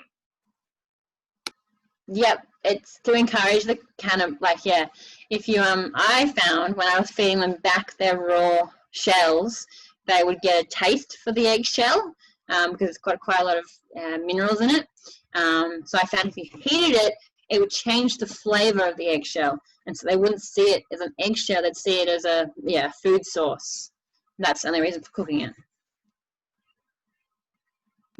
And does it matter how much you crush them? Like, is a little bit of crushing better, or if it's like a powder, is that better, or it doesn't really matter? Well, a powder's probably a little bit too much because they can't peck it up as easy. You'd have to mix it in their feed. But if you crush it to like not quite sand, but a bit like quite a coarse sand maybe, that's kind of a good size for them to pick up, and then you wouldn't have to mix it through their feed like a powder. You could just put it in a bowl and they'd just peck it out of the bowl. I mean, if you just crush it, I try crushing it anyway, and you'll see what they leave. Like, you'll see the bits that are too small and the bits that are too big, and you'll soon learn what your chicken's size, what they like, what's a good size for them. Do you make toothpaste from eggshell powder? I have done, but not for a long time. I don't know why. Like, it's one of those things, like, you know, I've got an unlimited source, you could say, of good quality eggs. Like, I could be doing all these great things with them. But you tend to, you tend to get to think about something else for once is kind of good. Like, sometimes I find myself dreaming about eggs. So I haven't made toothpaste for a very long time. Yeah. Just Madelaine. Yeah. Could you just? My husband came in before, and I didn't get all the details, but I was really interested when you were talking about digging that hole and putting in the compost and then the wood chips. Did you how deep did you suggest to make that? Did you have so could you just briefly just go through those points again, please? So how did you? Sure, no problem. Yeah. So 6 foot is the minimum for getting an organism going, I think. Okay. It's been a long time since I've done research on this. So it's 6 foot deep of straw, wood chips, all that kind of stuff, compost, veggie scraps. I mean, even when you weed your garden, if you've got gardens, put all your weeds in there, and the chickens can eat them, scratch them, mix them, that kind of thing. Works really well. I mean, if you think about birds lyrebirds and stuff like that, they're rainforest birds, and you know how they hatch their eggs is they actually make compost piles in the rainforest, and they put their eggs and they turn the compost, and as it breaks down, it produces heat, and that's how they keep their eggs warm for those 28 days, I think it is, with birds of prey. And that's how they hatch their eggs. So you kind of want the chickens to be doing the same thing. You want them to be turning the compost for you. They're really good at that, if you can do it. Okay, thank you. Thanks. You're welcome. I just wanted to clarify, you mean make an above ground compost system that they walk around on top of, not dig a hole 6 foot down, yeah? Has that been the question and the answer? You can do both, actually. I was just meaning on the ground, if you had 6 foot worth of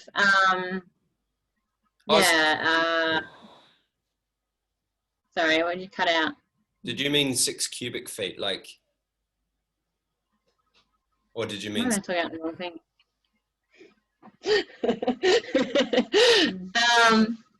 On the ground, what do I have?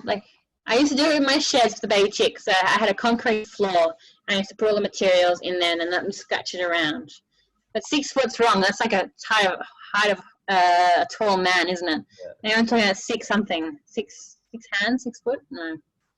Maybe 6 cubic feet, which would be a volume. Maybe it's 6 cubic feet, yeah. Like a cubic meter. Yeah, maybe it is. Something like that. Thank you. Got the idea. Thanks for clarifying.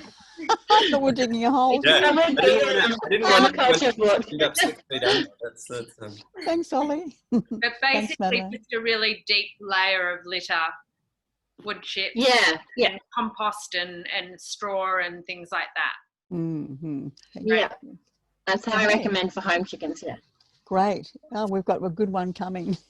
And what about green sort of things for them to eat if they're in an intensive small area?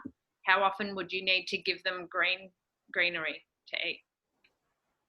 Whenever you can. I mean, I'm all about having things that work with my schedule.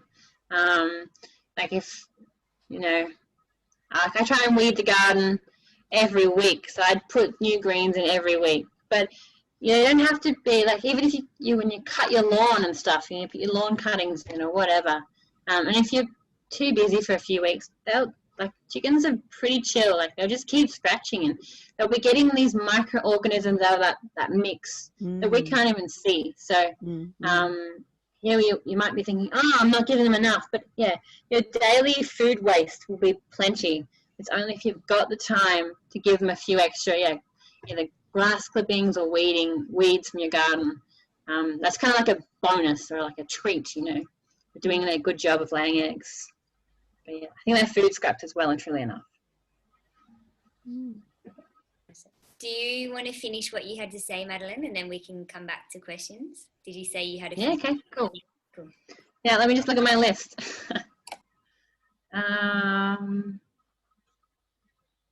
There's like a few big topics. I've talked a little bit about my farm stall, and maybe I'll talk about this a bit more. Kind of something which I think would be cool if we all could do this, even if you're like in the city too, like had something like an honesty system. So I've always wanted to have a shop out the front of the farm so people could buy directly from the farm, but I didn't realize how well it would work. So I built this little stall, and I put eggs out there, and I actually had it out there for 2 weeks, and not a single person bought anything until I put signs on the road saying, in 1 kilometer, eggs, in 500 meters, eggs, in 100 meters, eggs. And it's only when I put those signs on the road that I actually started selling eggs. So at the beginning, a year ago, I was selling like 2 to 3 dozen a day, which was pretty cool considering I wasn't doing anything.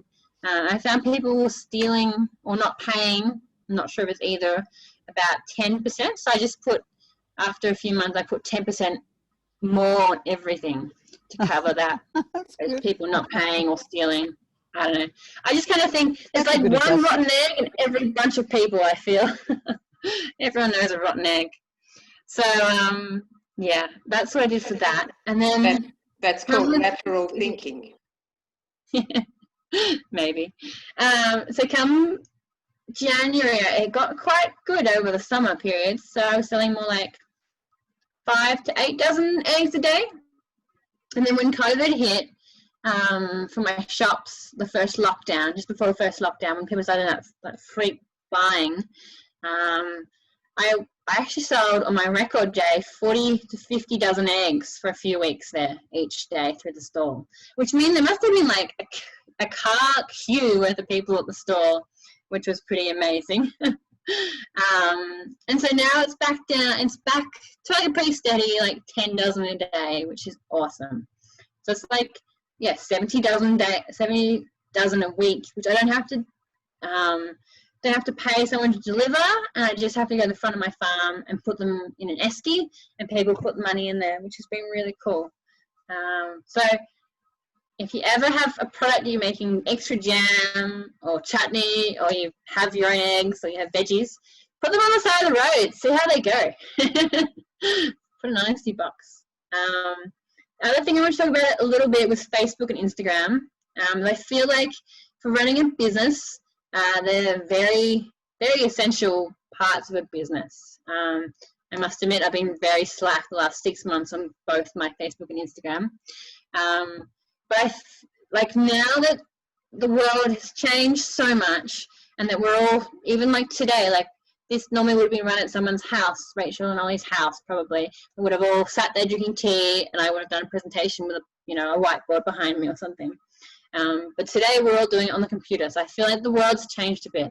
So it's also, if you've got a business or you're starting a business or you have a business, it's really important to have these social media outlets just to keep people updated and reminded that you exist. So I use my Facebook I should be doing it more, and my Instagram as a bit of an update. So like, here, hi, this is me. This is my product. We're doing this. Farm's doing really well. Oh, look, here's some cute chickens, Yeah, we're still producing eggs. Everything's still ticking along. Yeah, definitely a key point to running a business. What else? Madelaine, if you have something else to talk about, please do. But you're going to mention something about your mother's ostrich farm. You said there's an interesting... yeah. I did, didn't I? That's right. You reminded me. So I thought that was a little history about the farm. So my parents bought the farm back in 1993, about 6 months before they conceived me. And they bought the farm running ostriches. So there was a bit of an ostrich industry back then, where the ostriches' meat, leather and feathers were quite expensive. My parents had a few. They were living in somewhere in the Dandenong Ranges on a property there. And so they bought Hollyburton. And how they bought Hollyburton is they wrote a wish list of all the things they wanted. They wanted a long driveway, a large property, big water source, so a big lake or a creek or something with water, and they want to own both sides of the creek, right? They wrote this like wish list, and they looked for months and months and months in the area they were living for somewhere to buy, right? And one day they saw in the newspaper their wish list in order for this property where I live on now. It wasn't in the area they wanted, but it was also, it was within an hour of Melbourne. My dad has family in Melbourne, and he wanted to be able to visit his family. So they thought, look, that's a bit too coincidental. We have to check it out. So they checked it out, and they fell in love with the property, Halliburton. And they built heaps of infrastructures. They built lots of houses to house the ostriches, which are wooden, like stables, I guess you could say. Which these are where we have goats and pigs now. And I also raise all my baby chicks in the areas that they raised the ostrich chicks in back then. And it was crazy money, ostriches back then. Like at one point, I think they sold their best pair of breeding ostriches for $250,000. This is like 27 years ago. Like that's a lot of money. And so they paid back the farm pretty quick with this crazy influx of money with these ostriches. But then their bank told them that it was stopping their loan, or something happened with the bank. And so they had to actually sell every ostrich on the property to cover their loan to buy the farm, right? And so they did this. And then the ostrich industry, like literally 3 weeks later or something, a disease got in and it just killed every bird almost. And the whole thing died. So my parents were probably one of the 3 farms in Australia which didn't lose any money. So my parents were left with all this infrastructure and a property they'd paid off, but no income. So that's when they went to cattle and sheep and pigs. So my mum, took over all that and has been running that for many, many years, and that's how she, raised us, I guess. There was some tight years there, but I'd also learnt some life lessons. Like we've always grown all our veggies, we've milked goats, so produced our own milk. We've always had chickens, so always had our own eggs. So we're pretty self-sufficient. So now she still runs the cattle, sheep and pigs, but she also has an online business, my mum, where she sells the wool from the sheep. She gets made into, she gets clean and then she makes it into quilts and pillows and doonas and that kind of stuff. And she sells it online. So she has a bit of an online business doing that. But yeah, we also have like all the people living here now in the community. Some of them work on the farm. Like some of them work for me, my cousins and my brother and stuff. The other people, just kind of like trying to build a community. Yeah, we grow. We try and be 100% self-sufficient. We're not quite there. I mean, we still need salt and power. But yeah, we're getting there, which is pretty cool. So it was a bit of a background story to the farm. Yeah. Sorry, what's the name of the farm? Halliburton. Okay, I need to look at these paddocks on Google. Yeah, you should. I had some photos I got ready to show you, just a few of the chickens and stuff. Should I do that now? If I just share screen. Does that work? Can you say it again, Rachel? I'm going to make you a host. You can share. Okay.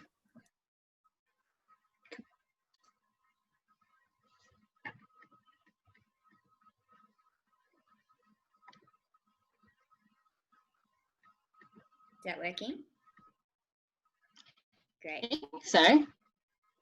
So I'll start here. Can you see that? Does that work? So that's my egg carton there. You can see that. I can't hear anyone. Can you make it full screen? Yeah, I can see the photos, but they're all really small. You need to click on have you got them open, and you need to click on the image that you want to use, and then in the right hand corner you should see a red icon saying share. Maybe. Oh, yeah. Does that work? Yes. If I do this, does that work? See the next one? Yes. Can you see one of me now? Yes, in a summer dress. Yeah, okay, cool. So that's one of me when I think I was about 18 at the farmer's market selling eggs. This is some photos of me now building the chicken houses. So you can see they're quite small, but they're kind of big too. So it's got a tin roof, insulated roof and insulated walls. Yeah, we've got at the top what I'm working on here in this photo is putting up mesh so that they can have big air vents. So in summer, I can open up the houses completely at the top half, and the air can just go through, and it's really airy. It's a bit like a summer house. And I've also, on really hot days, the sprinklers. So the sprinklers put a fine mist of water, so kind of like naturally air conning their houses. So you can get quite hot out here, and if chickens get too hot, they just get heat stroke. This is one of me milking goats, also a very old photo. I don't know why I have so many old photos. But, this is one of my daughters, Lorian, out in the chickens. So you can see, you can't really see how green it is, but you can see all these photos changing. There I am with her. You can kind of see in the background of this photo, there's like the chicken house and the chicken feeder. I should have picked some better photos. There we go, that's the one I was looking for. So you can see these are the two bigger houses, so the chicken houses, and that little thing in the middle is their chicken feeder. So they can access chicken food on either side of that feeder. And then those back doors, which you can see, they open up and there's nest boxes in there, which we can collect from. Eggs. I've got this photo mainly because I wanted to show you the colour of my yolks. I mean, yolks will seasonally change, but commercially, even free-range farmers too, most people put food colouring in their chicken's feed. Even the commercial chicken food you'll buy to feed your own chickens from produce shops often has food colouring in it, and the food colouring transfers through the food into the egg yolk. If the egg yolk is really pale, it used to mean the chicken was not getting enough greens. And those like fluorescent orange ones means they're getting heaps and heaps of green pasture. But it's all changed because of food colouring. Like food colouring can change our yolks so much that, it's hard to tell if something's actually a free-range yolk or an artificial coloured yolk. But I always like to show people my yolks to say they've changed so much. So every chicken in the paddock has a completely different yolk because she has a completely different diet. She forages so much different food.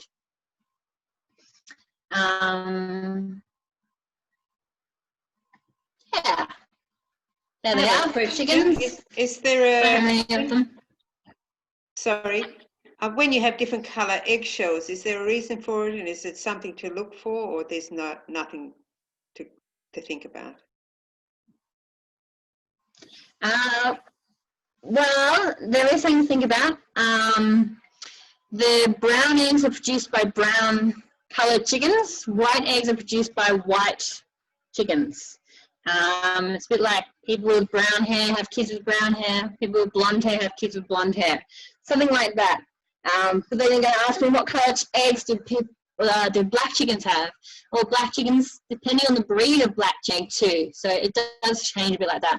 But pretty standardly, if a chicken's brown or dark brown, she'll have a brown or dark brown egg. If she's white, she'll have a white egg. In this photo, I did pick this photo because it has brown and white eggs, and that's mainly because I'm certified organic and not many people are certified organic.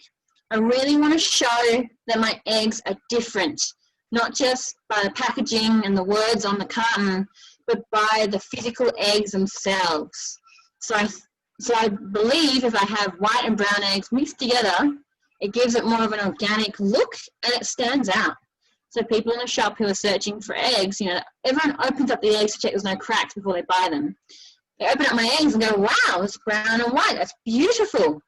Maybe I'll buy those eggs. So it's a bit of a, just something different, point of difference.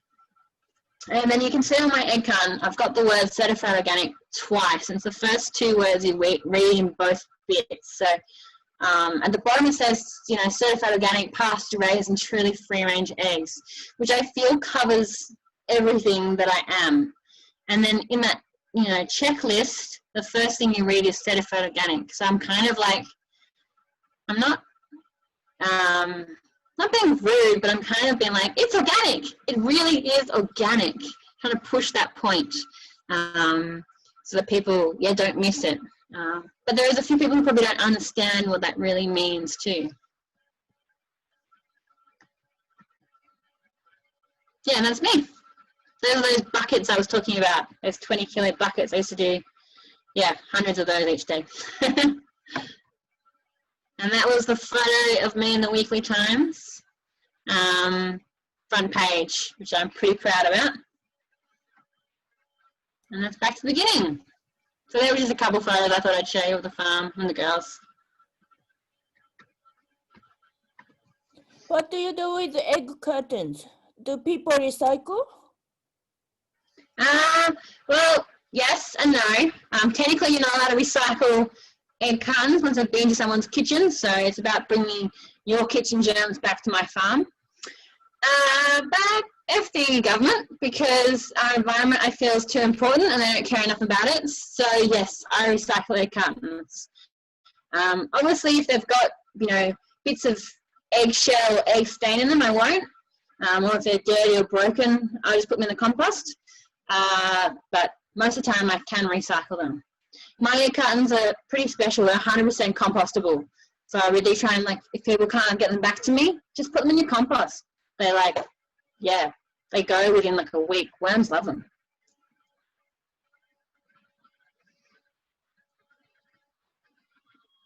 Madelaine, what about when you say you're organic, and you explained a little bit about the process, but when an egg is not organic, things we might buy in the supermarket, what's wrong with those? What's wrong with them? Okay, it was a couple. Nothing's wrong with them. No, not so much wrong, but what's unhealthy perhaps for. Yeah, okay. Well, there's maybe two things to it. So there's what I classify as animal health. So as in the health and well-being of the chickens. So, actually having access to sunlight and, green pasture or, outside environment. And then there's what they feed the chickens. So, like I said about the food colouring before, most commercial chickens are fed food colouring. Their grains aren't organic, so they could be sprayed with herbicides and pesticides, which those kind of chemicals can be traced back into the egg. And then there's because they haven't raised, most free-range farms don't raise their chickens from day one, like organic eggs have to be chickens. They tend to buy their chickens from a cage or barn system. So those chickens have already been, you might be buying free-range eggs because you don't agree with cage farming. But if you're buying crappy quality free-range eggs, those chickens have already been in cage for the first 18 weeks of their life. I don't know if that makes any sense. So you're still supporting a system which you don't want to support by buying free-range eggs. And then there's the health aspect. So they say we don't use hormones anymore in Australia with egg production, but if you talk to any feed company, they all say, yeah, of course we put hormones in. We just put other kinds of hormones which aren't called hormones anymore in there. And that's to make the chickens grow faster and start laying earlier. Like my chickens, it takes somewhere between 20 and 25 weeks before they start laying, whereas a commercial chicken should have laid its first egg before she turns 18 weeks. And I always go, well, that's like 2 to 7 weeks faster than my hens. And what they are doing there is they're saving those 7 weeks of feeding a chicken, a full-grown chicken, which is a long time to feed, a couple of thousand, 7 weeks before they start laying an egg and start paying back their board and rent, I guess you could say. So if you give them hormones, they start laying eggs much earlier, which saves you a whole lot of time and money on feed. And so those hormones, they also say can't come through the egg, but we've seen problems, and I've been told by people who work in animal feed industry that there's girls out there who are getting their periods and earlier than they ever had before. Like it used to be around 12 or 13, but I know of girls who are 8 and 9 and 10 who've got their periods. So it's like little bits, it all kind of adds up. Like if you're eating lots of, chicken and eggs and maybe other animal products which have got little bits of hormones, you might be getting untraceable amounts in each, but then when you put it all together, it actually can make an amount to affect your personal, yourself, which is hard to get your head around, but yeah, if you can. Madelaine, changes your opinion on what you're buying. I wanted to ask you, Madelaine, about homeschooling, what that was like for you in primary school, and what was that decision for you to say, I would like to go to school now, when you did, to Candlebark? And if I can add to that question, you said you went to the city. If this isn't too political a question, what made you change from, I'm guessing you left Candlebark and went somewhere else? Is that right? Yep. So homeschooling was great. Not sure how much schooling I really did. I was a pretty wild child. So I feel like I did a lot of outside playing and learning. But the one thing about homeschooling, which I don't think I could have done if I went to school, was I was always able to follow through with my projects.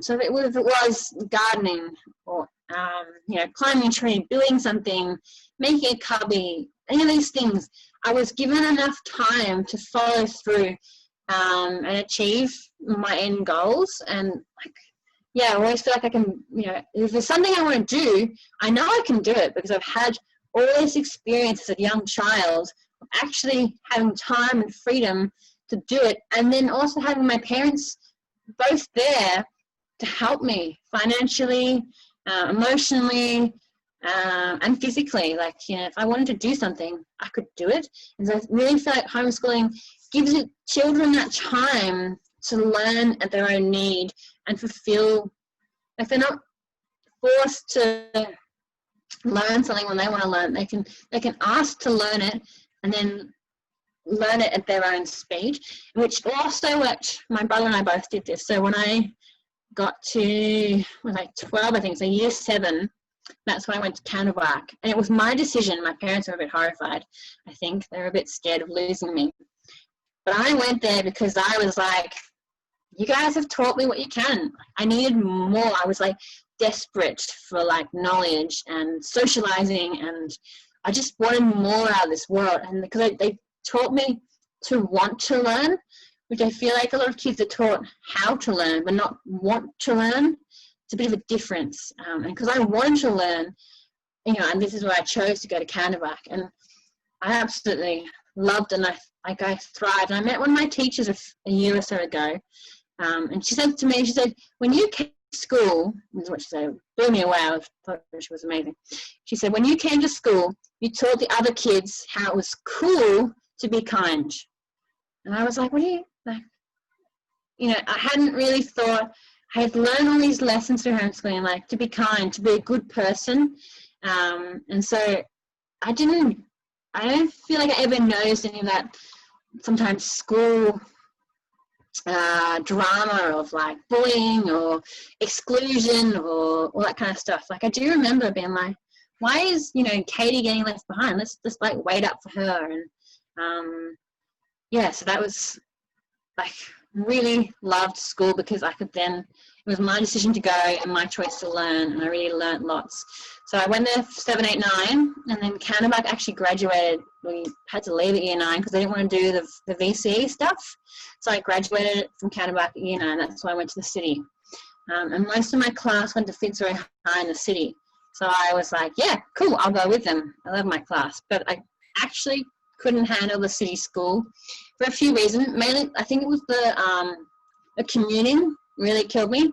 So it was an hour and a half there in the morning, which wasn't too bad, but it was 2.5 hours home in the afternoon, which is a long time to be waiting around on trains and buses, especially when you ran a business to get home, and then pack eggs. And the amount of homework that they expected you to do for year 10 and 11 compared to what I was used to at Candlebark was, I just couldn't do it. I couldn't do it, run a business and have a social life. So that's why I dropped out early. And also my school was constantly telling me, like, you've got to get ready for BC. You gotta know what you want to do when you grow up. I was like, I know what I want to do. I want to be a farmer. I'm doing it. They're like, you got to get good results so you can get a job. I'm like, I don't want a job. I've got a job. I've got a business. Like, it was kind of like this strange thing of like, you've got to get ready for your life. And I was like, I am living my life. What do you mean? So I think it was good that I dropped out because I had like, I feel like I got a bit ahead of my age group and actually did some more stuff. And I did the crowdfunding project, which was a real big part of my teenagehood, I guess.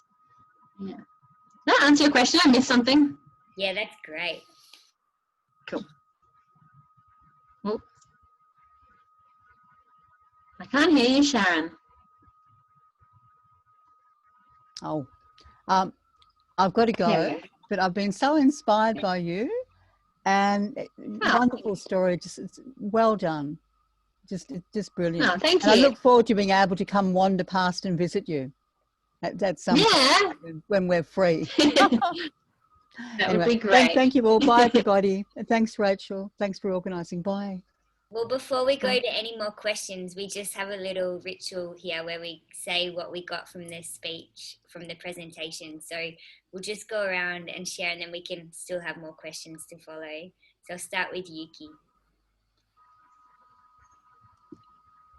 It's hard to condense into one thing. I love everything, and I'm so inspired by your story and all of the practical tips, both as, you know, trying to have a bit of a farm here in the city, but also the bigger picture of, running a little sustainable business. So, incredibly grateful.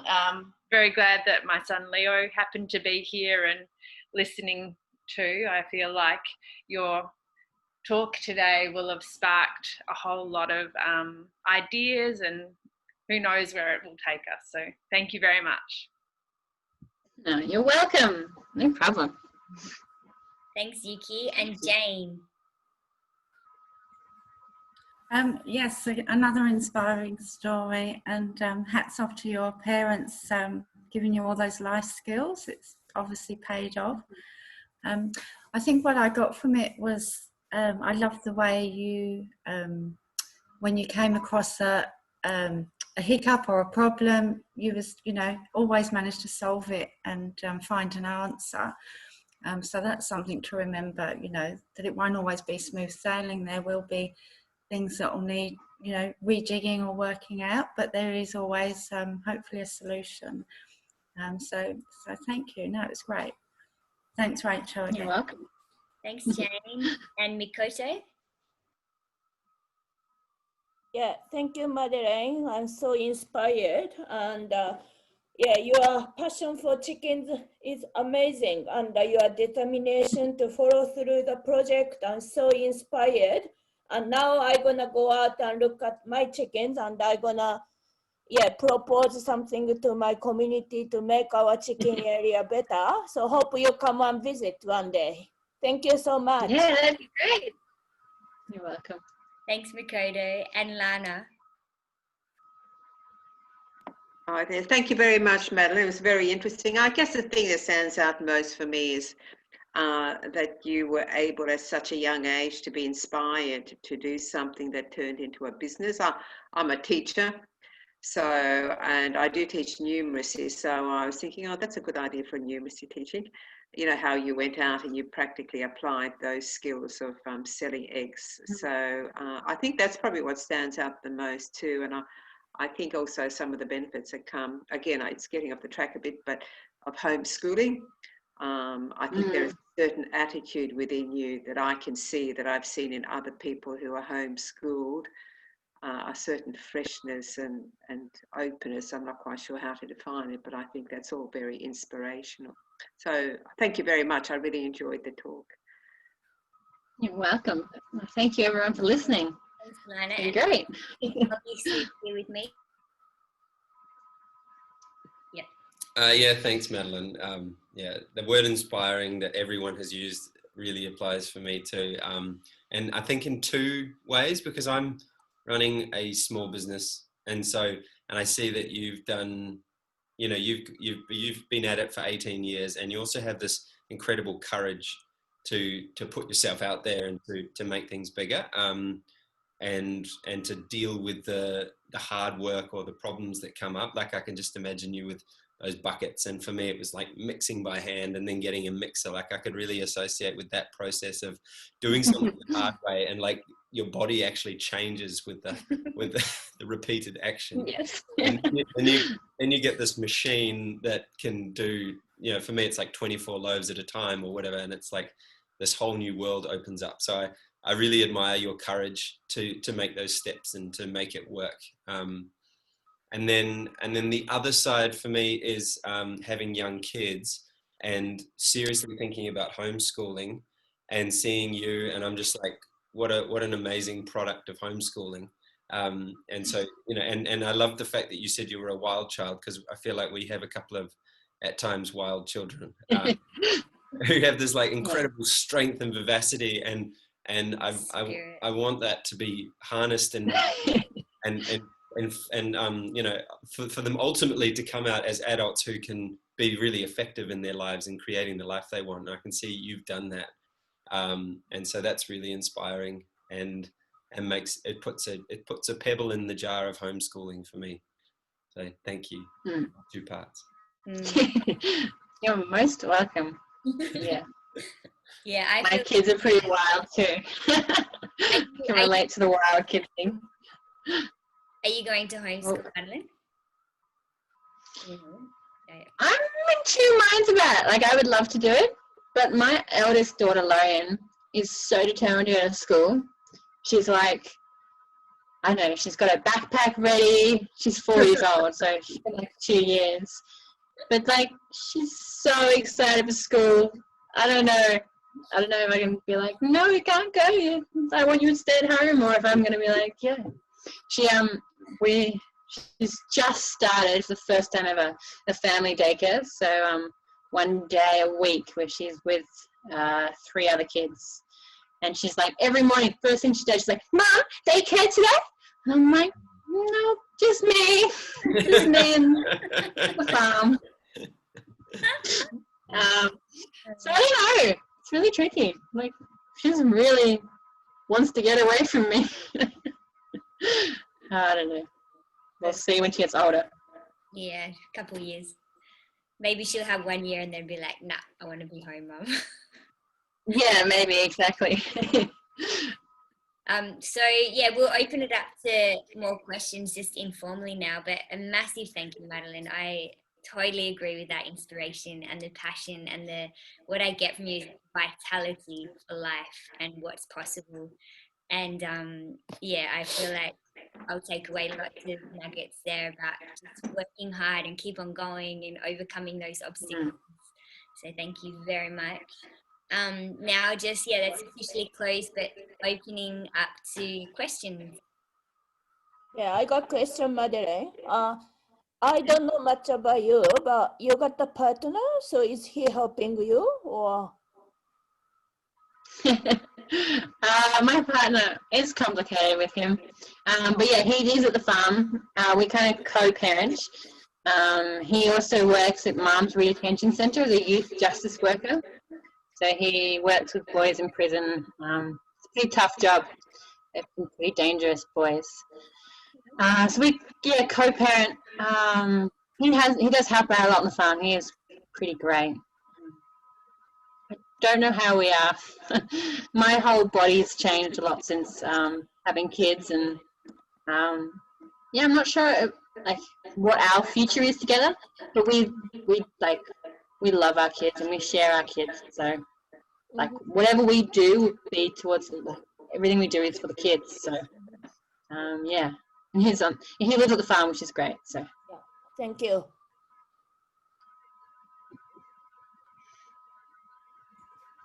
I haven't got any questions, but I've got to go now. But thanks again. And, all right. You're welcome. Bye, everyone. See ya. See you, Jane. I had a question about whether you sort of take people on tours or interns, or like if we wanted to come and just have a look at the farm, is there any opportunities for that?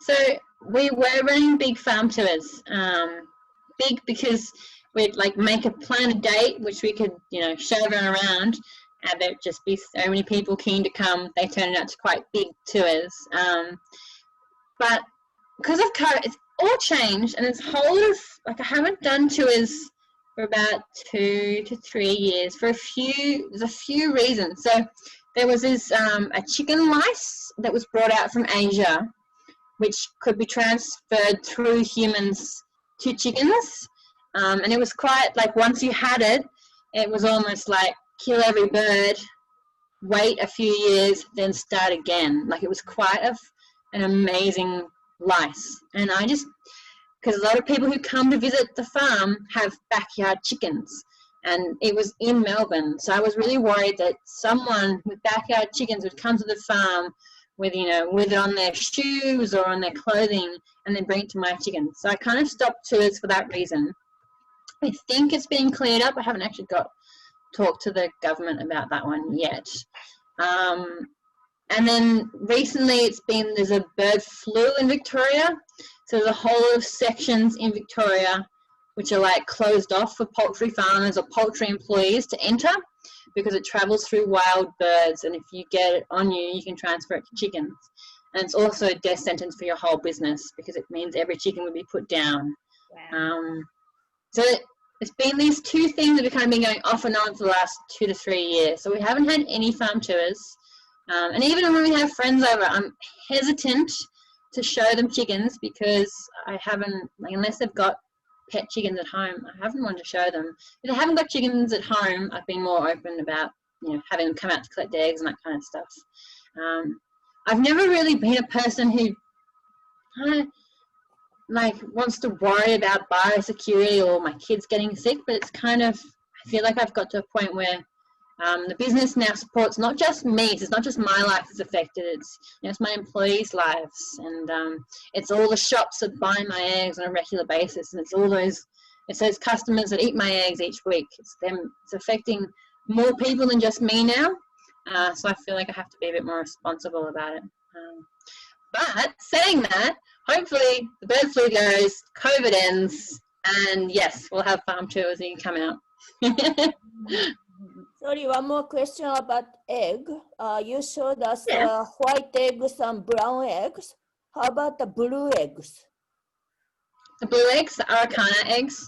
Yeah, so they're a different breed of chickens. I haven't got them yet because they don't lay enough eggs to make it commercially viable. I worked out if I was going to use their eggs and put them in my egg cartons, my eggs would be selling for like $50 a carton. Just to the amount the chicken eats, and with they only lay like 80 eggs a year, whereas I'm trying to get chickens that lay more like 300 eggs a year. Just that much more food going into a chicken that's laying not enough eggs. Which is also comes to like... What's the chicken breed? For Araucana. Araucana. Araucana? Araucana. Yeah, I think that's how you say it. Yeah. Okay, thank you. You're welcome. Oh. Yeah. I think that might be a wrap. Is that a wrap? I think it might be. Cool. Thank you so much again, Madelaine, for your time. I know it's really precious with a You're welcome. And 2 kids. Thank you so much. I wanted to say this when there were a few more people too, but I just wanted to thank Rach for organising it, because thank you, Rachel. Yeah, thank you, Rachel. Because as her partner, I see that it takes her a lot of courage to organise these talks and to kind of sit through the discomfort or the possibility that maybe no one turns up, or you know that something goes wrong. And I think that we all get a huge reward for her courage and you know the initiative to invite people to speak. And I don't know about you, Madelaine, but I really enjoyed the opportunity to speak and to tell my story. You probably get more opportunities to tell your story, but I probably do. But yes, it's always good, and it does remind me, especially when people say or tell me the things they got out of it. It always surprises me what they get out of it. You know, like it's like not always the same, but it's pretty much similar. It's like the things that, you know, I wouldn't have thought were the key, like, this is kind of about running a business, a small business, but a lot of people, yeah, it was, you know, starting at a young age, and like those kinds of things that stand out for people. That it's always the same. It really makes me like, yes, this is why I tell this story. It's not because of yeah, for me, it's because I can inspire someone else. Yeah. Thank you, Rachel. It's been awesome. I've watched nearly all the videos you've done from previous weeks this week. So that's been really cool, actually. And I know there are lots of people who want to watch this one later as well. So Yeah. Great. That's so funny. But it's it's so good to just see an example of what is possible. And especially with children, I feel like we underestimate what kids are capable of. And when you go, I started this at 8 and I was doing this, it's like, oh, great. Okay. Yeah. Yeah, that's so true, actually. Yeah. If you treat kids like kids, they'll be kids. If you treat them like adults, they'll be adults. Yeah. I do like that saying. Yeah. It doesn't quite. I'm just thinking about my 4-year-old being like, no, she's so crazy.